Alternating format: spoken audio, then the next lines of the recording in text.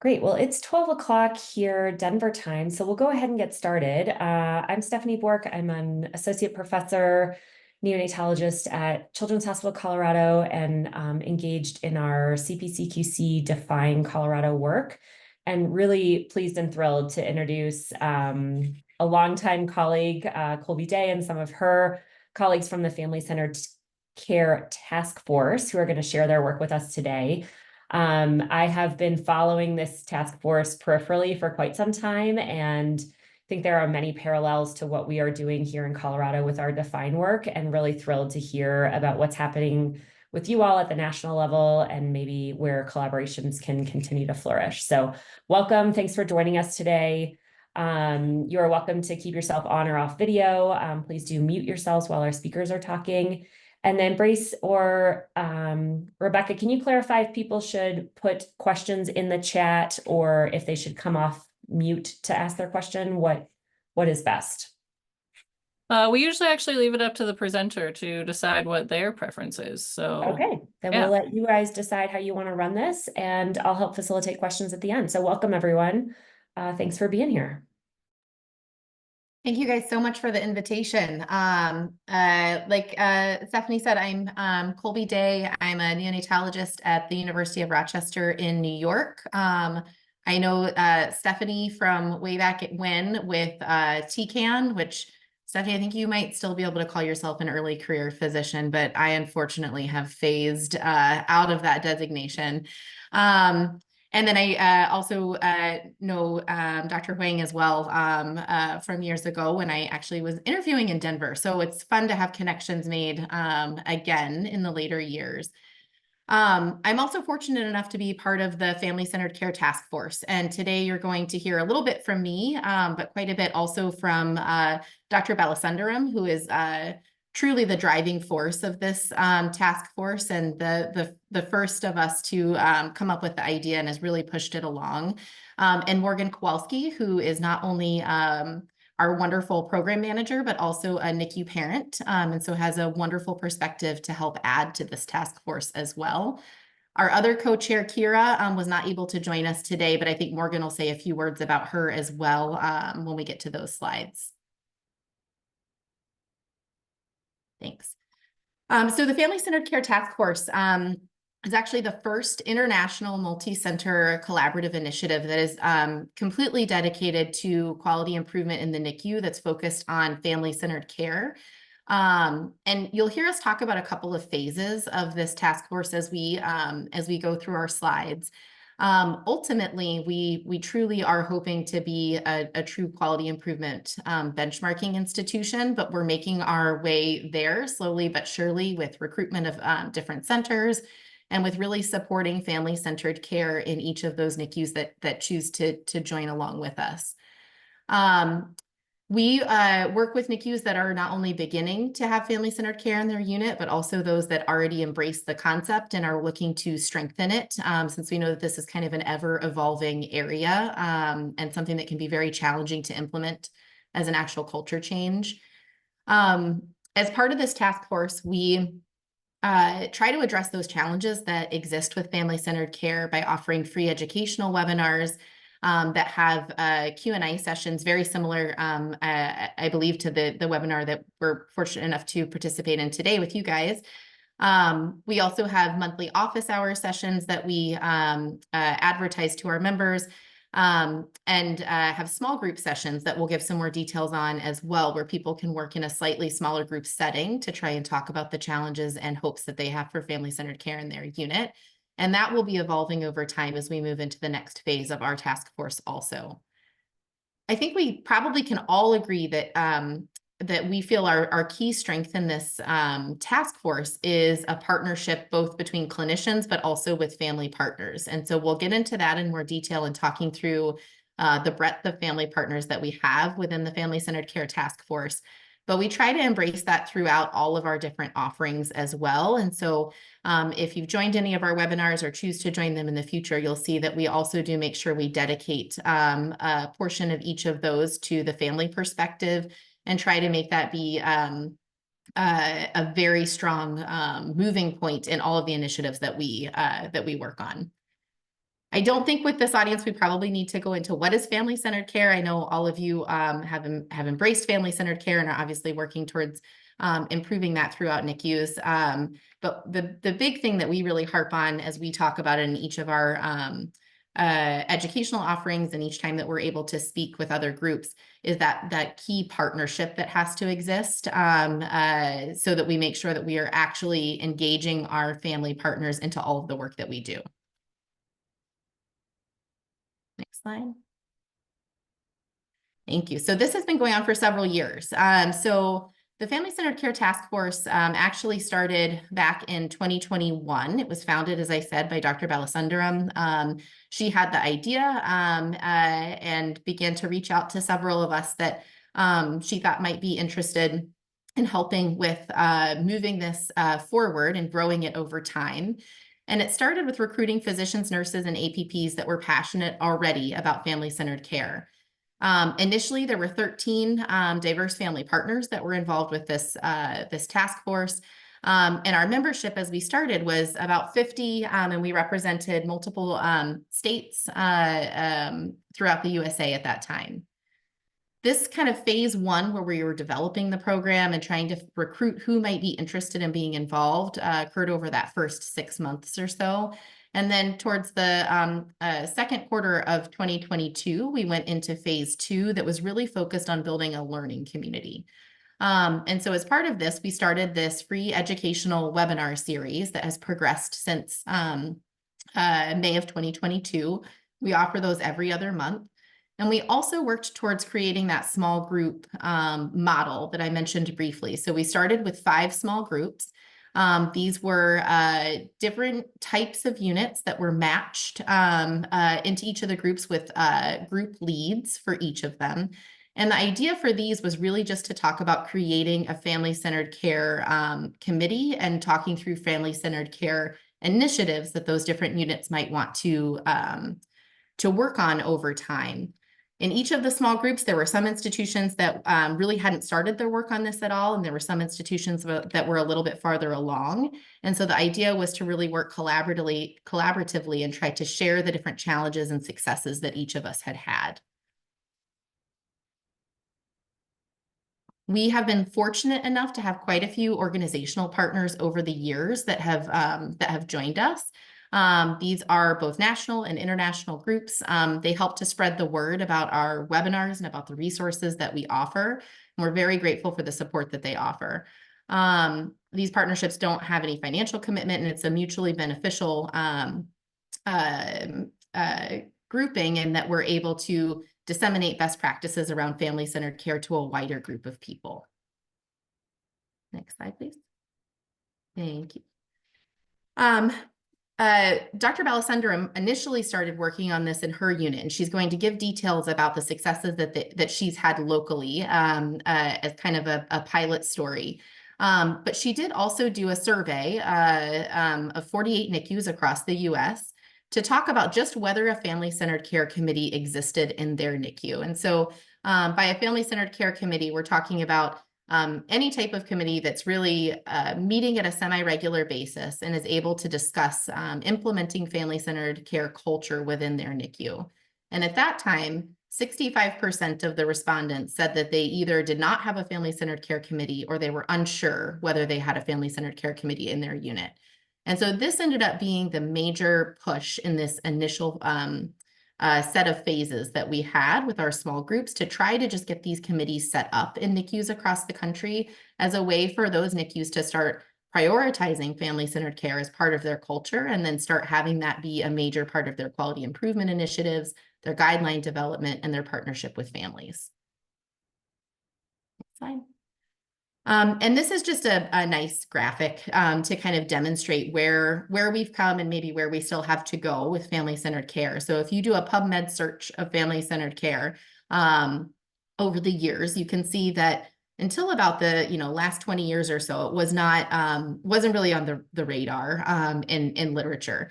And then we have a somewhat kind of exponential increase in how interested people are in family-centered care, in how evidence-based it is that we're able to start publishing about this. And our goal is to have this keep moving farther and farther up so that family-centered care really becomes kind of the norm and the standard within NICUs across the country and internationally. And I'm going to pass over the talking duties right now to Morgan. So Morgan Kowalski is going to go through who our team is and some of the other details as we've developed this program. Thank you, Colby, and thank you everyone for having us today and for allowing us the opportunity to share more about the FCC Task Force. My name is Morgan Kowalski, and I, in addition to serving as the Task Force's program manager, as Colby mentioned, am also a former NICU parent to a surviving 25 and 1 weeker who started first grade this week. Our core team is the driving force of the FCC Task Force and really does exemplify that key strength of equal partnership between healthcare and family partners. So we've got our co-chairs, Dr. Ballasundram and Dr. Day as practicing neonatologists, and then myself and co-chair Kira Sorrells as the former NICU parents. And many of you know Kira as the founder and executive director of NICU Parent Network, which is the premier professional organization of NICU parent leaders who collectively represent the needs and best interests of NICU families. Traditionally, family partners tend to be outnumbered, which can exacerbate the uncomfortable position we often find ourselves in as we share important feedback that may not always be positive. Because there is strength in numbers with the FCC Task Force, the equal partnership strength has allowed for so many meaningful conversations and authentic feedback and has created opportunities for the NICU parent voice to really shine. And our work wouldn't be possible without our diverse executive council of family partners, many of whom lead their own organizations, work as NICU parent leaders in quality improvement collaboratives, and serve as family partners in their local NICUs. We represent birthing and non-birthing parents of infants with a variety of gestational ages and diagnoses, and also bereaved parents. Our Executive Council of Healthcare Partners represents multidisciplinary providers with neonatologists, researchers, neonatal nurse practitioners, nurse leaders, and therapists in this role. Two of our healthcare partners, Dr. Jessica Daigle and nurse practitioner Nicole Nyberg, who is founder and CEO of Empowering NICU Parents, are also former NICU parents. The FCC Task Force is supported by its subcommittees, co-chaired by one healthcare partner and one family partner, respectively. Daphna and Alex of our Marketing and Communications Committee manage our Twitter, LinkedIn, Facebook, and Instagram accounts. You'll have a chance to follow us on the next slide. Myself and Vargabi collaborate with a variety of contributors to publish a quarterly newsletter, which includes actionable takeaways for implementing FCC, a trauma-informed care corner, recommendations, and other free resources. Advocacy Committee co-chairs Carrie and Nicole keep our task force working toward big picture initiatives like zero separation and unlimited access to parents and family caregivers, and smaller but equally as important projects such as supporting paid family leave in the state of Pennsylvania. So here's our marketing and communication slide. I'll leave this up for a moment so that everyone can have the opportunity to screenshot these QR codes. These links also live on our website, fcctaskforce.org, and can be accessed there if your cell phone camera isn't available at the moment. We share information about our free educational webinars, office hour sessions, and other free resources, as well as disseminate information and current events taking place in the neonatal FCC community using these accounts. Our quarterly newsletters get better and better with each publication, and our regular contributors include Jessie Barnes, a leader in clinical nurse education and former NICU parent, Mary Coughlin, a pioneer in trauma-informed care practices, and Mia Malcolm, diversity, equity, inclusion, and belonging facilitator and a former NICU parent. Our advocacy committee submitted a resolution to the American Academy of Pediatrics Leadership Conference titled Parents and Family Caregivers Are Not Visitors, supported by the section on neonatal and perinatal medicine. You can scan the QR code to read supportive comments for this resolution by both family and healthcare partners, which are working tirelessly to pass in our efforts towards zero separation in the NICU. When I first began my role as program manager in June of 2023, our membership was comprised of 474 individuals from 14 countries and 36 US states. Today, actually, as of last night, we have almost 1,400 members from 48 of 50 US states and Puerto Rico, 8 of the 10 Canadian provinces, and across 46 countries around the globe. As the person who updates and measures our membership regularly, it is incredible to watch this organization grow every week, and I can't wait to see what the next year brings for us. Stephanie, I see that you have your hand up or clapping. You're clapping. Sorry, Thank you just so much. clapping at the reach that you guys have had. That's incredible. Thank you so much. With that, I will go ahead and pass it over to our fearless leader, Dr. Balasundaram. Malathi, go ahead. Thank you, Morgan. Thank you, everyone, for inviting us to share our work. So I'm just going to go in a reverse order. So we just going to, or maybe we can take this as giving an example of how we build this family engagement efforts in my local NICU.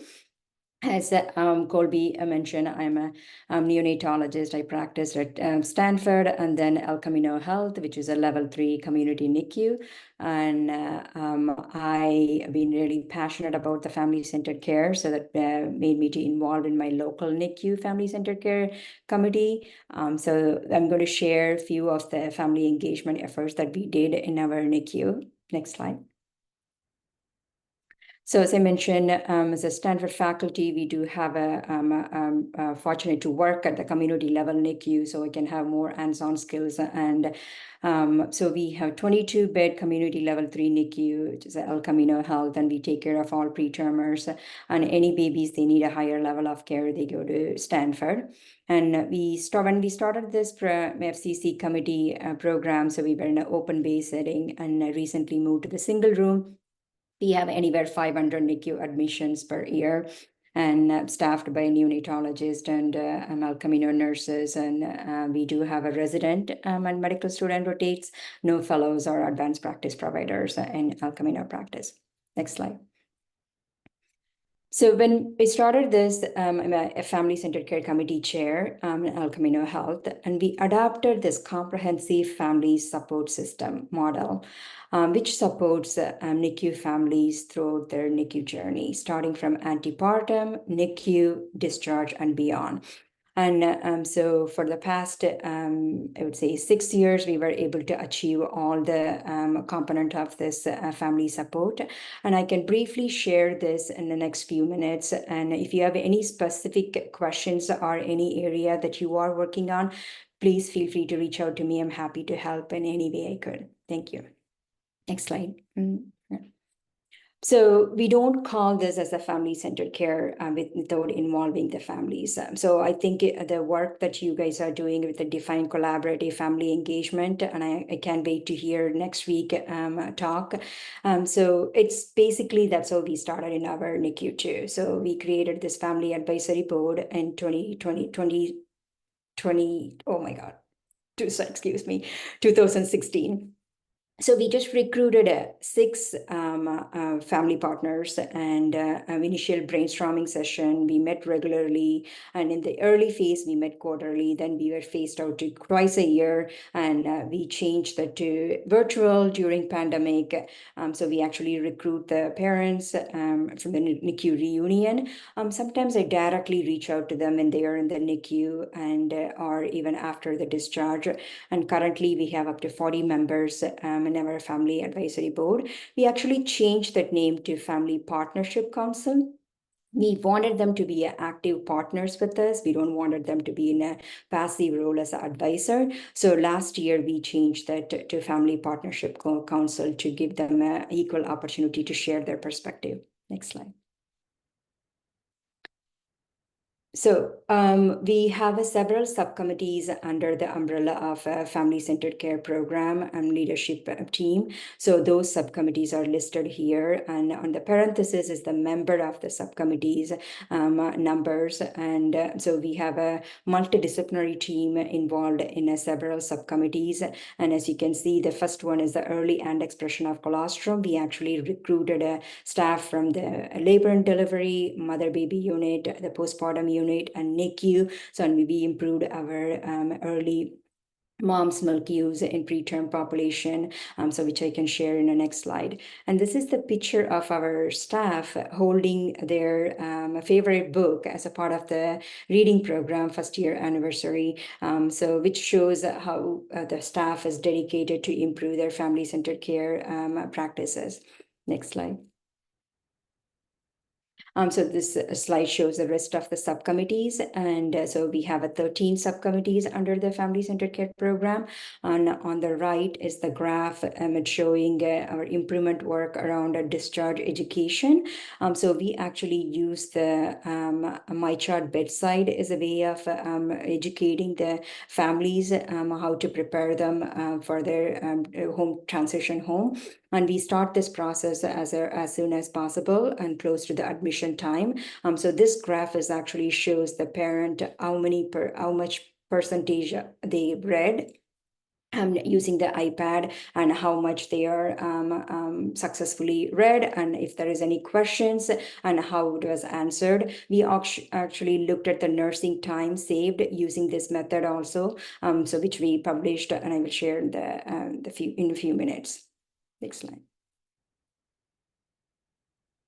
So this is our quality improvement work, and so on the left is the graph that I described about the discharge parent satisfaction with the discharge planning.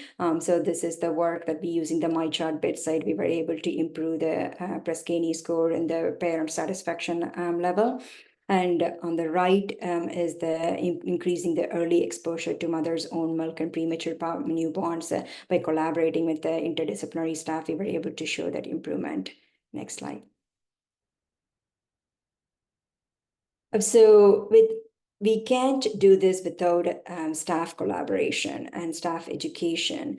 So that's how we started when we started this family-centered care program. So why we are doing it and how we can do it by educating the staff. And in addition to the education, changing the unit culture comes with the showing the gratitude. So we started this, what we call the FCC STARS, and back in 2019, June. So we consistently provide this gratitude and flyer. We used to be a star of the week, then we moved to the month, and now we are giving it quarterly. And we actually give this star recognition for any staff that goes above and beyond delivering the family-centered care practices. And so it covers interdisciplinary staff. And on the top, Karen is a physical therapist, and Amanda is a dietitian, and Gopal is the EPIC reporter. So, and then on the right-hand side is the parent led. We have a parent-led committee, which is called a NICU Connect. So they actually share a newsletter to the current NICU families. So we recognize the parents as a stars, and one of the stars recognition. Next slide. One of the core components of the family-centered care is a collaboration. So collaborating with the families, as I mentioned earlier.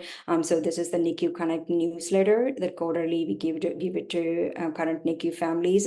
It's completely returned by the family members, and I just supervise and making sure it's evidence-based and supporting the fact. And so they just gave it and it translated into Spanish. So we provide this quarterly to our current NICU families. Next slide. So anything that we do, communication is the key for our success. So we want to making sure it reaches to the bedside providers. So for us to reach this to the bedside providers, I put together a quick family flash as a FCC newsletter. So it's just to recognizing the staff and what are the reminders and how we are doing in certain areas where we need to work on improving. So this newsletter, we disseminate this information information to the bedside staff and as well as the leadership team. So I share this information with the C-suites so they get to know what's happening in the NICU and what are the great things going on. And so that actually helped us to get a buy-in and funding and support for our program. Next slide. So when you plan for any quick QI work or any program implementation, always think about the sustainability. So we had several travel nurses and new staff got hired, and we have a trainees resident rotate through our NICU. So we created this FCC checklist as a part of the orientation. So one of the team members from the FCC leadership team actually goes through this information with the trainees and new staff, so they can understand how we are providing the family-centered care practice in our NICU. That helped us to sustain the work, but it's still not perfect.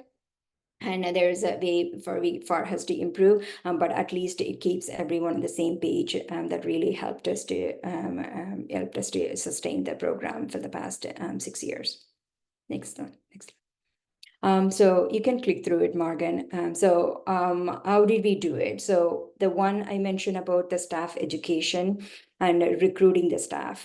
So the staff, the core concept of delivering the family-centered care at the bedside. So when we recruit the staff, and I actually directly reaching out to them, and if we see someone is giving above and beyond care to these families, and reaching out to them and recruiting them to the subcommittees, and if they are interested to join the subcommittees, and as well as it actually help them to get this clinical ladder up.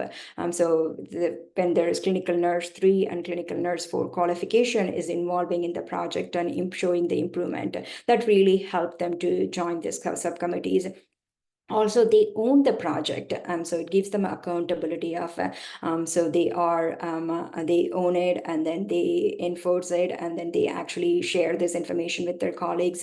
That really helped us to sustain the program and connecting with the champions. So some they preferred work email, and some I don't read my work email, so I wanted a personal email, and some they preferred texting. So whatever way they preferred, so I connect with them and then bring that information to the leadership team.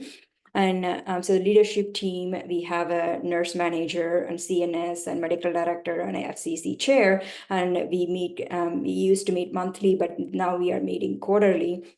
We talk about what are the subcommittees activities and what are the challenges going on and how we can provide better care for our families.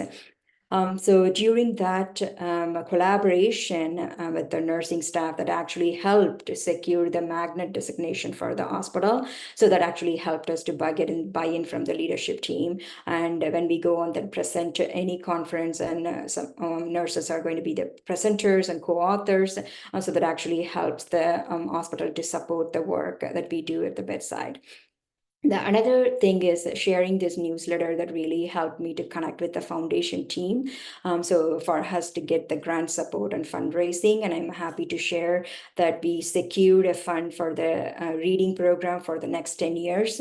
So we actually give out the book bag to all the NICU admission, all the NICU families, and we encourage reading 10 minutes per shift for either by staff or parent. So some of the things that's collaboration with the different level outside of the NICU that really helped us to secure the fund. Next slide. Oh, so that's the screenshot of the I have a screen on my phone with the group, and so these are all the subcommittees group on my phone. Next slide. So I just wanted to give a little bit tips for the family engagement. I know your collaborative work focused on family engagement. So I want to share, I'm not an expert in this. I just learned by doing work at the local level. And so how did we able to get this family engaged and having 40 members in our family advisory council or family partnership council? And so we reached out to them directly. So actually, when I was trying to build this family partnership council, so I looked at this, what are the need, are we including diverse families based on the gestational age and race and ethnicity? So when I see some families, they are actually more advocating for their babies, or if there is what we call the difficult families in the NICU. So that's the families that actually reach out to them directly and recruit them either at the time during the NICU stay or after. We do have the follow-up phone calls. So during the time or during the reunion time, we recruit them. And that's how we were able to build the local family partnership council. So the screenshot is actually showing a different level of family commitment. Not everybody going to be in the level 5, like Morgan is at the level 5. So she's in the leadership and she's a family partner and then she's program manager. But some, they just wanted to be contributing once in a while or looking at some insight on our survey. So you have to go to their level, whatever level they are able to commit to commit to our task. So that's how we were able to recruit our family partners to our council. And national level, when I started building this national task force, so I recruited the same level families, the leaders in the organizational level and leaders at the local NICU. So we are still struggling in some areas, trying to get more diverse families with the gestational age, with the medical problem and things like this. So there is way for us to improve. But so far, we were able to successfully gather diverse family partners. And the other thing is offering a compensation for their time. So we don't want it to take their time for granted. So that's the goal of when I started creating this task force. So I applied multiple grants. So far in 2 years, we had like close to 6 or 7 grants, and all mini grants. So we were able to support the family partners' time. And so they are involving in a multiple level of engagement to this task force. Next slide. So with that local, I just wanted to move on to our national task force phase 3 effort. And Colby mentioned about our phase 1 and phase 2 is more gathering people and then creating this community of learning. And phase 3 work, we focus on a small group model. Next slide. Morgan. So we recruited an interested small group and we started with the 34 centers and then we dropped off like a few centers and we ended up with the 22 NICUs. So we grouped them into 4 to 5 centers per group and each group led by a neonatologist or 1 to 2 family partners. So we gave the equal leadership opportunity for the family partners in the small group setting. And we met monthly last year, and we created a survey, baseline and mid-year and end of the year. We asked them the challenges and what are the barriers. Next slide, Morgan. So we put together, so these are all the small group leaders pictures. So this work won't be possible without their commitment. So as you can see, we have 5 groups and some has 2 family partners. I'm lucky to have 2 family partners in my group. It was group 5. Next slide. So this is the demographic of our 22 centers, and most of the FCC champions are physician, and then some level 4 NICUs, and majority of them level 3. And next slide. So we created a goal of focusing on building the family-centered care committee. So if you have something local committee structure, so then you can get a more buy-in or you can improve your family-centered care practices. That's our idea of focusing on this committee. So we survey the centers and how in the beginning baseline, we had 18% of the centers had some of FCC committees and some family partnership council. And then we wanted to improve that in 1 year time period. Next slide. So this is Pareto charts showing the FCC committees forming the FCC committees barriers. So the top one was the lack of staff time. And then second one is the need for culture change. By doing this educational webinars, that's what we are trying to achieve by need for a culture change. And so this is the standard of care. So this is not a nice thing to have. This should be an essential thing to provide to our families. Next slide.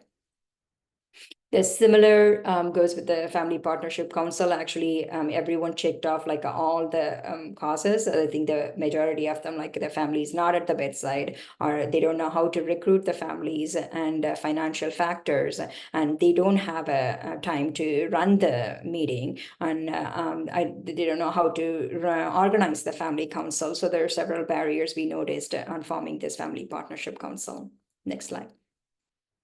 So we put together the key driver diagram focusing on those challenges, and then given them some change ideas and shared in their small group model. Next slide. So with that monthly meeting and sharing the key driver diagram, and then talking about the challenges and mentoring by the leaders, so we were able to show the improvement from 18% to 59% increase the family-centered care committee. And next slide. And the same goes with the Family Partnership Council. We were able to show the improvement up to 49. I can see it clearly. Well, I believe it's 48 or 49%. Next slide. So when we looked at this, like successfully able to build the family-centered care committee, and then not able to build, there were 6 centers, they were not able to build their committee. So when we looked at the demographic data, so there's not a big difference. But when we looked at the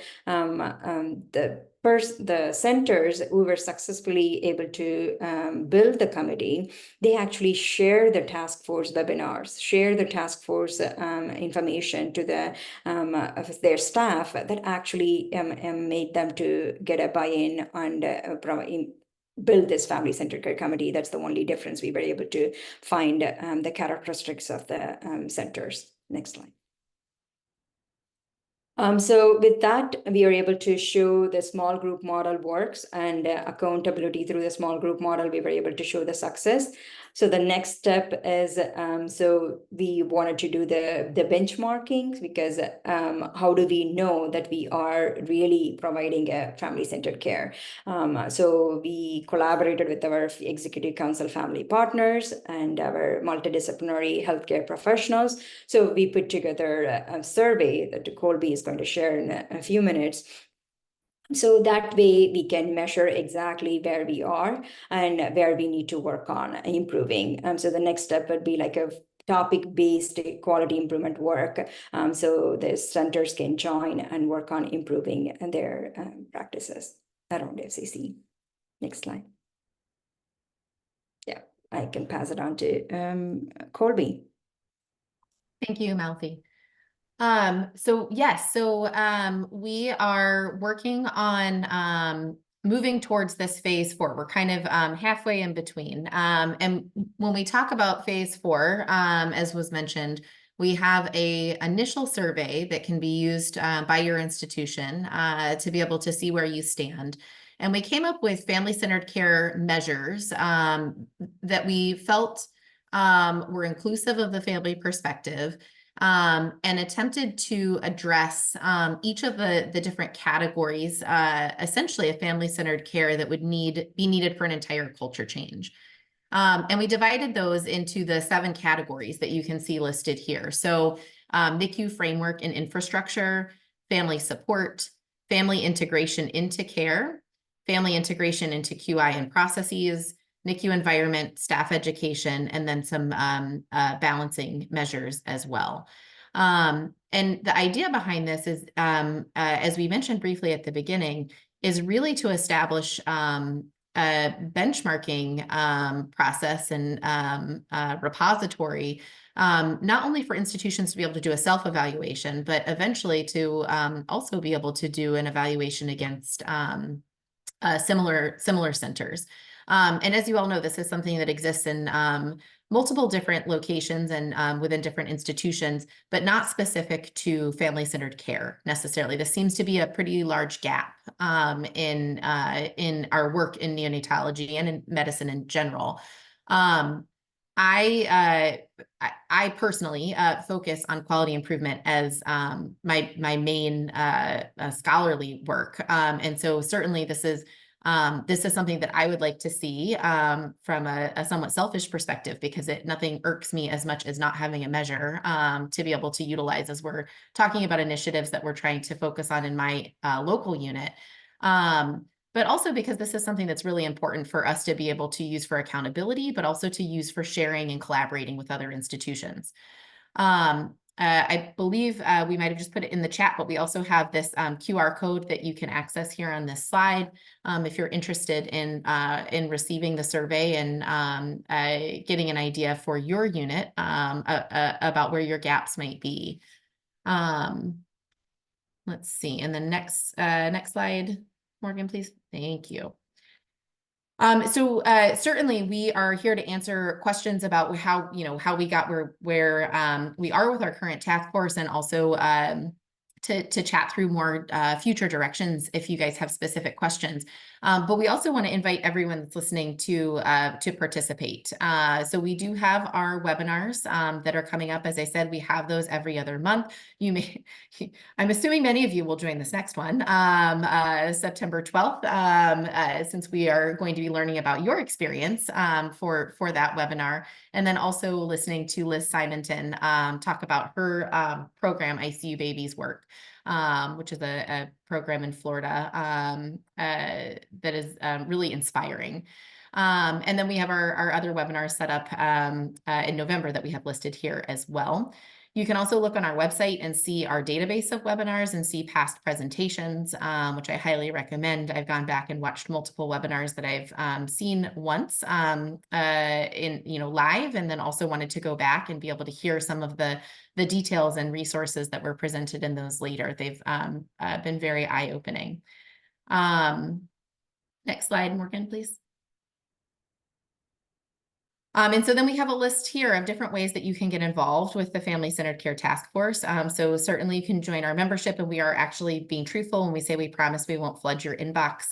We are pretty cognizant of how much we send out and try to make sure that that is not overly onerous. We have our free webinars that have the recordings that, as was mentioned in the chat, are available about a week after the webinar that you can see past and then also see them live. We have office hours monthly, where kind of what we've moved towards with some of our small group offerings right now. And so it's a way to discuss any barriers or challenges that you've had in implementing family-centered care and to brainstorm solutions. As a slight tangent, I'm very excited about the small groups that we are going to be working to create as part of phase 4. As you heard, those are planned to be topic-based. I believe our small groups were very successful. As you saw, we did see an improvement in the number of family-centered care committees and family partnership councils for the participating NICUs in those small groups. But I think the challenge that we ran into a little bit with those is, first off, that is a difficult QI goal to be able to measure over time, because it is the existence of a family-centered care committee or family partnership council, or the non-existence of either of those councils. So it's a binary measure of yes or no. And it's something that takes a lot more than just the desire to have those exist to accomplish. So it was a structural challenge for many of the units that were involved in the small groups. And so while I believe they were very successful and very helpful, and we have a lot of enthusiasm for that small group model, it did become difficult sometimes to meet monthly and demonstrate much progress on a monthly basis for that type of measure to track. What we're very excited about with this upcoming small group model, once we get phase 4 truly up and running and off the ground, is that they will be able to focus on family-centered care measures that are hopefully making, albeit perhaps small, but measurable improvements over time, and be able to have centers join specific to what they want to work on in their unit. So if you're a unit, for instance, that wants to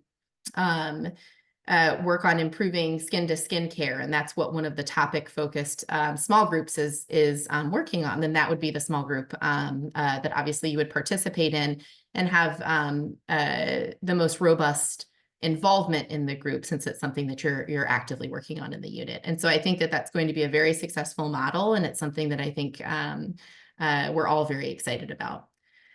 Morgan had mentioned our quarterly newsletter, and so that is one of the things that you can sign up to receive, and try to get people in your unit excited about family-centered care best practices. You can keep tabs on this monthly poll to see how others are managing their activities, participate in the survey that we just showed you that QR code link for, and then also just become a family-centered care ambassador for your unit to really be working towards making this part of the culture. And I think that was our last slide. Am I right, Morgan? Perfect. So I want to end by just thanking you all for letting us chat. We certainly, I think all three of us can probably talk for as long as you would like us to about any specifics, details, questions that you have after hearing our presentation. Thank you guys. Oh my gosh, what an amazing presentation. Thank you so much for coming and sharing all of the wonderful successes of the Family-Centered Care Task Force at the national and international level. That map blew me away, that the reach that you all have had in such a short period of time. I feel like we think we're doing a great job in Colorado because we have a big state, and you guys have really reached the international audience. I have, I'll start. I have a comment and a question, and then if others have questions, feel free to put them in the chat and I can relay them to our speakers, or if you're comfortable and in a good spot, feel free to unmute yourself. First, I love your idea of the family-centered care star of the month or star of the quarter. What a great way to just celebrate the individual accomplishments of what's happening at the unit level. That seems like such a easy thing to implement. I'm definitely going to bring that back to our group at our unit level. And my question at kind of the global level of all of this work is, how much do you think it matters what we're doing versus just that we're doing family-centered care? So does it matter that we, are doing skin to skin or improving breast milk or improving, family education? Or is really the focus away from each of these individual measures of all the components of family-centered care and just really changing the culture? I'm not sure if that's a clear question, but wondering your thoughts and how you guys as the task force sort of approach how it's done versus just that it's done and it's disseminated and implemented broadly. I'm happy to take a first stab at it.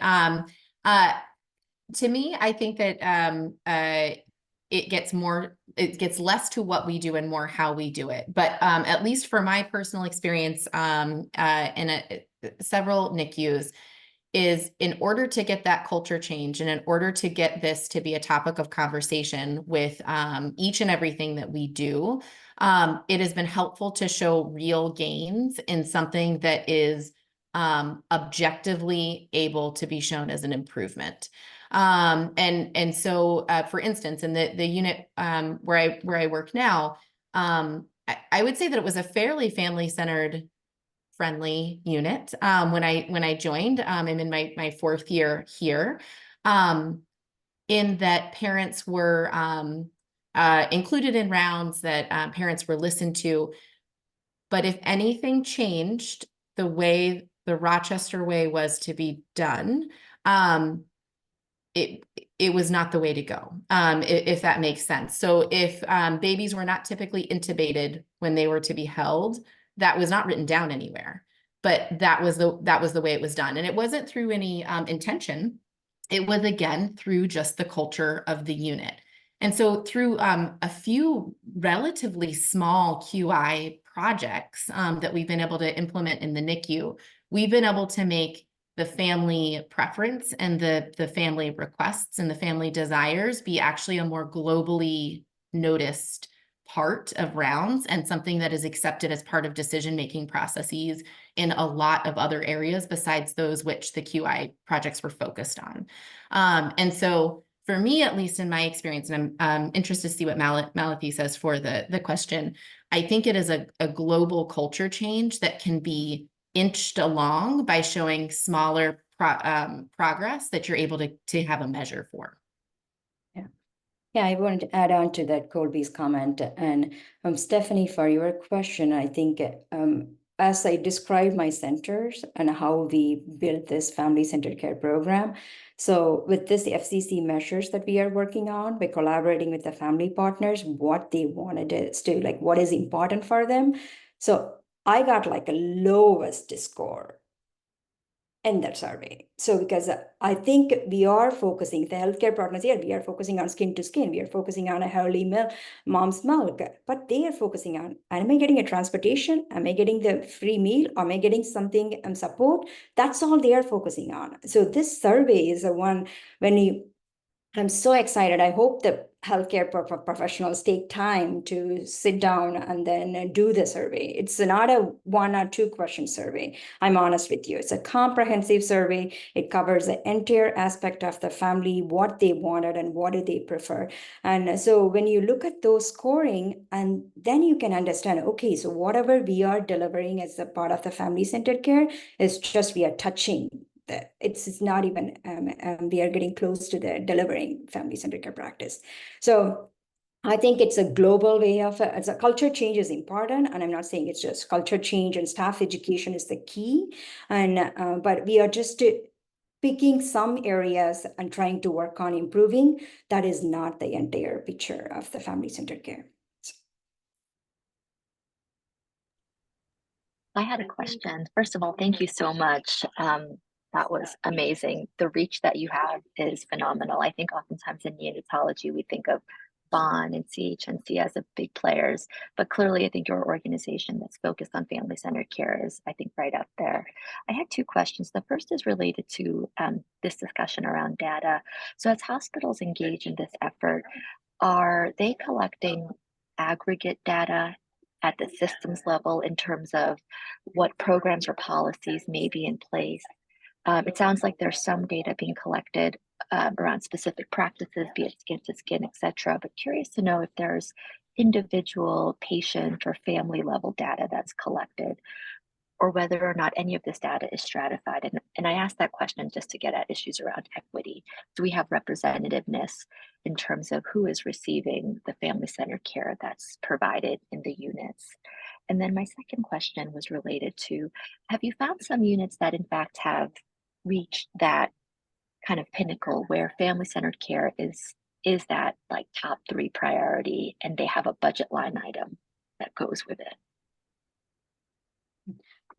Susan, that's a great question, and I don't know if there is any budget line item, so I haven't asked. Maybe that's a good question to ask for our monthly poll in the task force. So we can look into that. For your first question, I think for our REDCap survey, so we have like around 55 questions. So we focus on certain areas for the language support and for the non-English language preference families, but we don't dive deep into it. I think that's the next phase when we are, because in the beginning, when we created this, it's like 100 questions. And I was like, oh, this is not going to work on the busy healthcare professionals. So we have to trim it down. So then we were able to go down to 50. And we are capturing in some areas, but it's still not deep diving into equity and things like this. That's the next level of data collection, yes. I will say this has been a lesson in patience, because I would say, Malathi, do you agree? When we first talked, I feel like we had grand ideas, obviously, of what we wanted to accomplish with this task force, and I think we've been successful, mostly with Malathi's guidance, to really phase this appropriately so that we take off chunks of where we want to get in the future, and be able to accomplish those and recruit people to be involved, recruit partners that are going to work on things like marketing and work on things like advocacy that are really important for growing the program to eventually get to that goal. I do think we'll hopefully get to the point where we can have that level of data, but I think we're going to have to start smaller and build up to there and kind of sit on our hands and be impatient for a little while to try to successfully get there. For your second question, the only other thing I would add, and I can't say that there's a shiny beacon unit. There's wonderful units all over the country, but that is the absolute epitome. But I do think the units that seem to be the most successful not only have people that are dedicated to the work, but also have leadership support for dedicated time, for dedicated funds, and for dedicated paid parent representatives that are unique to the NICU. I don't think the importance of that can be overstated to really show that this is something that a hospital system is prioritizing, that they have an employed family representative. That's great. Other questions from anyone in the audience? I'm wondering, as people are thinking about them, whether or not you all would be willing to share your family-centered care checklist, just thinking about sort of sharing resources. You know, that seems like something super easy for our units to think about. What is happening at the unit level that we can give to our new staff, give to our traveling nurses and respiratory therapists, so that families are getting a more consistent experience when they're coming in each day, each shift, and it shouldn't be so dependent on who happens to be staffing their baby, but this is just the experience that we provide in our NICU, regardless of who is assigned to your infant each shift. Yeah. So I like that. I'm happy to share, and you may need to modify based on your unit, course. right? And so I think it's already shared on a Taskforce website because we gave the talk. My medical director and myself, we gave the talk and we shared all the resources and slides. And so if it's not on our website, I'm happy to share to your group. Yes. Thanks. If we have a few minutes, I wanted to ask sort of a different type of question. You know, I think for many of us that are on this call, we recognize that there's limitations in the systems that we work in to really invest substantially in this effort. And so many of us got into this work because it's our sort of personal mission, like it's something that we care about. I'm just curious to know a little bit about your backgrounds and stories, you know, how you ended up focusing on this as your professional kind of goal. And as you think about kind of individual level change and then systems level change, how do you think about navigating that? Because I'm sure you recognize that when you go to a lot of these sessions, it's people that are really passionate about the work and they're championing it with not a whole lot of structural supports. And yet we're all here doing the work. Yeah. And so sometimes it feels a little like we're just telling them to keep on going with very few resources. So just curious to know how you engage people in that conversation and how you really manage for yourselves. Because I don't think you're getting a ton of money to do this work. Yeah. You're reading my mind. So when I started this, it's just as a passion. Like, I don't know what to do for my scholarly work after I graduated the fellowship. So I just joined the Family Centered Care Committee, and I really loved connecting with the families and hearing their perspectives and everything. So that's how then opportunity got into the FCC chair. So then the passion has completely driven my everything what I do. I didn't get any time, protected time. I don't have any time. I'm still 100% clinical FTE, and I do this all on my own. So even this task force started too. So we just do volunteer. Everyone volunteered and passionate, and they just wanted to join. And then that's how we started. And luckily, I was able to secure a grant to support at least the family partners and some other healthcare professionals. And I'm still facing the challenges. I have to send an email. Is it recorded? No, it's. So send an email to my chief and asking some commitment and something, and I got no, we can't, it's denied. So that's how it's a challenge exists everywhere. So the individual level and then system level. And I think that luckily for us, we are recruiting a passionate healthcare professionals. So they really engaged and they wanted to do this work, but how long can they do? Like, right? So there's a breaking point. So I can break my breaking point. I don't know when I'm going to have that. So that's happening. So that's why we have to change at the system level. So how do they having a budget line for the Family Centered Care Committee? That's a great idea. So it's pitch in with the leadership team. We are improving the Press-Ganey score. We are improving the parent engagement. So can we just add this to the part of this? or getting the paid parent position. So all those things we should be including and as a part of the budget line. I completely agree with you. So I think so we have to change the system level. Anything you want to add, Colby? Experience? No, QI is my thing. So the QI portion is just my scholarly work. I will say I have twins that were late preterm, and one of my twins was in the NICU for almost 30 days, which is nothing compared to many of our families, but was a lot for me. You know, safe space discussion. She was one of those annoying late preterm kids, like the ones that has the Brady that keeps you from going home at the 39th hour, who has to go back in the isolette after, you know, 24 successful hours out, who doesn't want to feed. She did all the things that a late preemie can do in the handbook.